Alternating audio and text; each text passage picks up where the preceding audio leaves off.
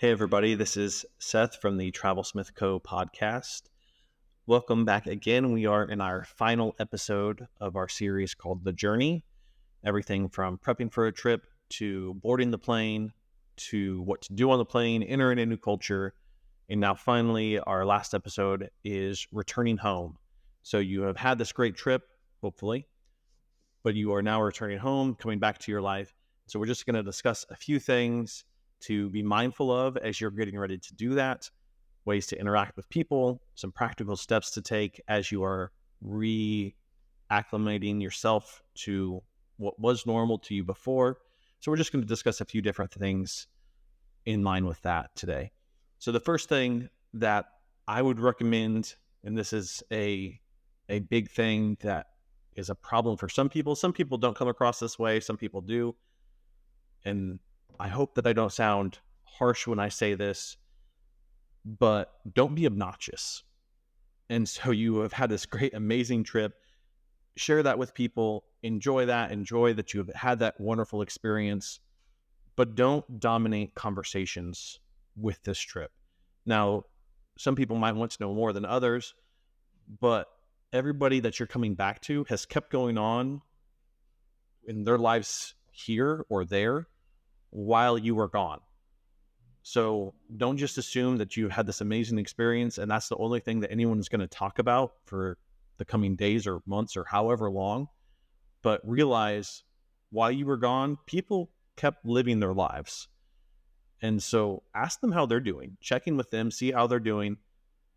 And yes, most likely they're going to want to hear some stories as well, but don't be obnoxious with it. Don't dominate the conversation with that. Just something to keep in mind as you are getting ready to mentally prepare yourself for returning home. And so whenever you are back home, be subtle with it. You have maybe had a great trip. You maybe have been enlightened by this new culture that you've got to experience.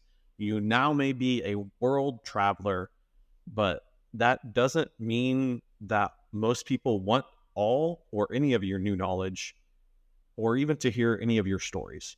So you're going to have to play that by ear a little bit. Some people will be really interested and want to know. Some people will be polite and ask a one-off question.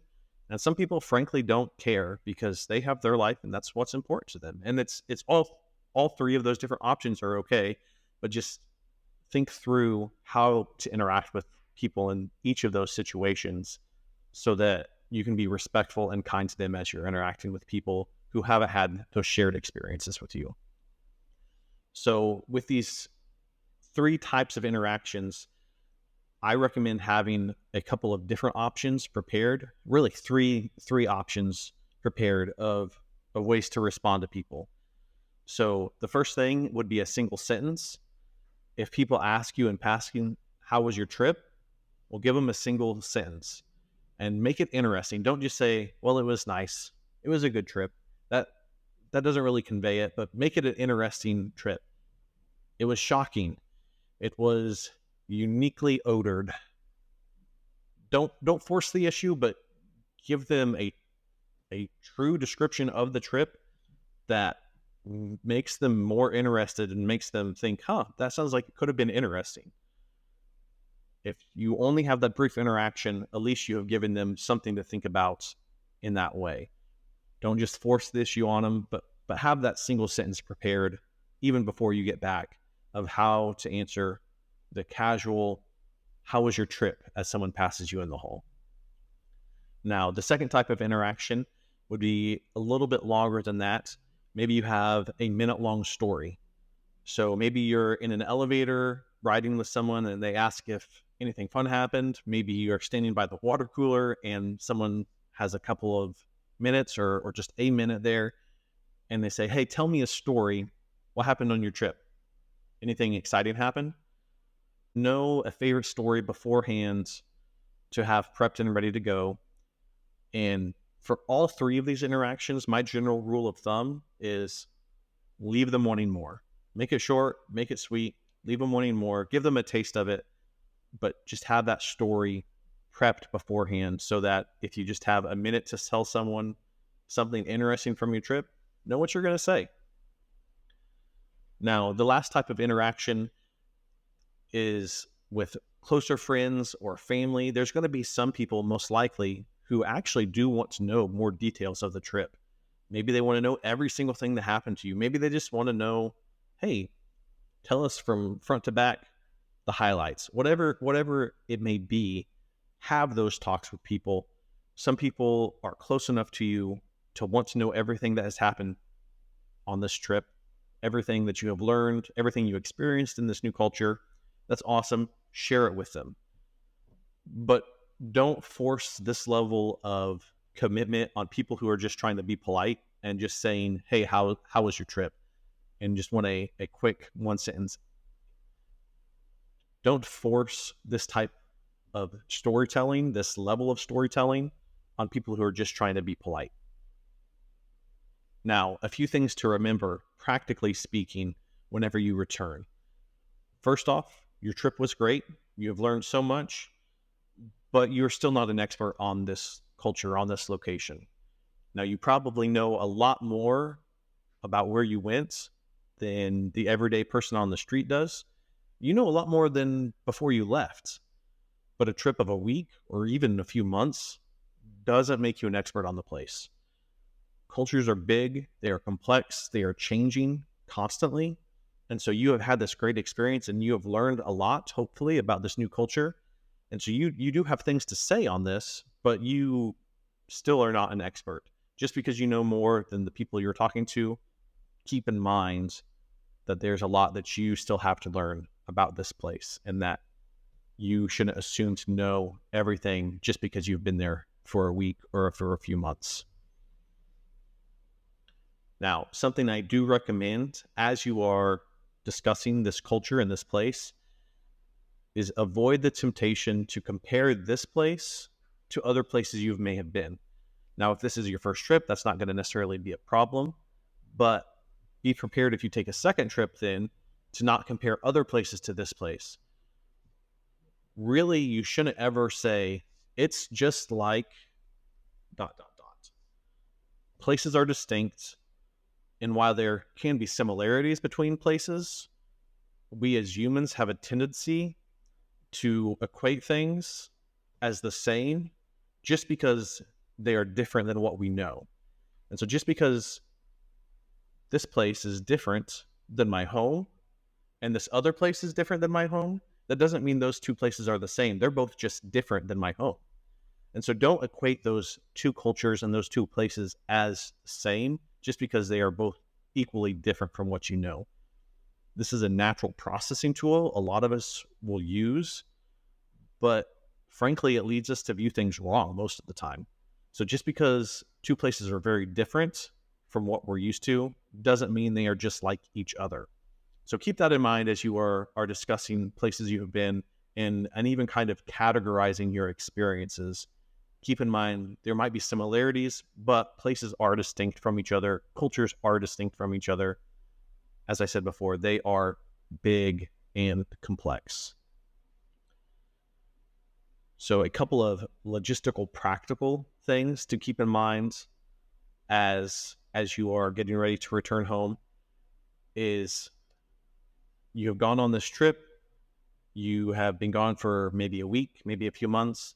But keep in mind, you need to prepare for jet lag as you return. Now, some people find that jet lag is more difficult traveling east. Some find that jet lag is more difficult traveling west. But either way, you still have to deal with jet lag. If you've been overseas internationally on a trip for about a week, you're probably just getting over the jet lag that you first felt when you landed, just in time for it to hit you again when you return back home. So keep in mind the jet lag tips we discussed in an earlier episode whenever you are getting ready to return home, and just mentally prepare yourself that you get the privilege of experiencing that jet lag once again. In the same vein as that, you also might have to reset your stomach. So just like with jet lag, you have maybe started to adapt to the local food a little bit.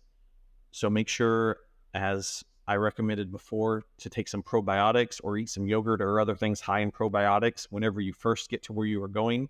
Do the same thing when you get back. You can just prevent some very unfortunate side effects for your stomach whenever you're traveling. and prepare for return culture shock. Now, this may or may not be an issue depending on your personality and how long you have been gone. But just like you adapted your stomach and sleep to the new place, your perception has maybe also adjusted somewhat to what you think is normal. I had been gone for a little while, one of the times I was living overseas, and I remember thinking to myself, well, I'm used to just crossing the street here, and where I'm at, you just walk out in traffic and the traffic stops and you just cross the street. And I remember thinking to myself, I'm going to have to be really careful when I go back to the United States, because if I walk out in traffic like that, I will die. And so just thinking through what things have I adjusted to here that I'm going to have to make a mental shift back to whenever I return back home. Now, in all of these things, we mentioned it briefly, but want to discuss it just a little more in closing. As you are interacting with people back home, be kind with anybody who doesn't get your excitement over this trip. They didn't experience it. They don't have these experiences that you did. They didn't see the things, taste the food, or meet the people that you got to meet. So there's going to be some people who just don't get your excitement over this trip, and that's okay. Be kind with them, show them grace, show them patience, because some people just don't really care about stuff there.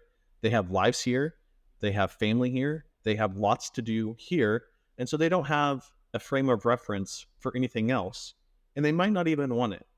Not everyone has the same idea about travel as you do, and that's okay.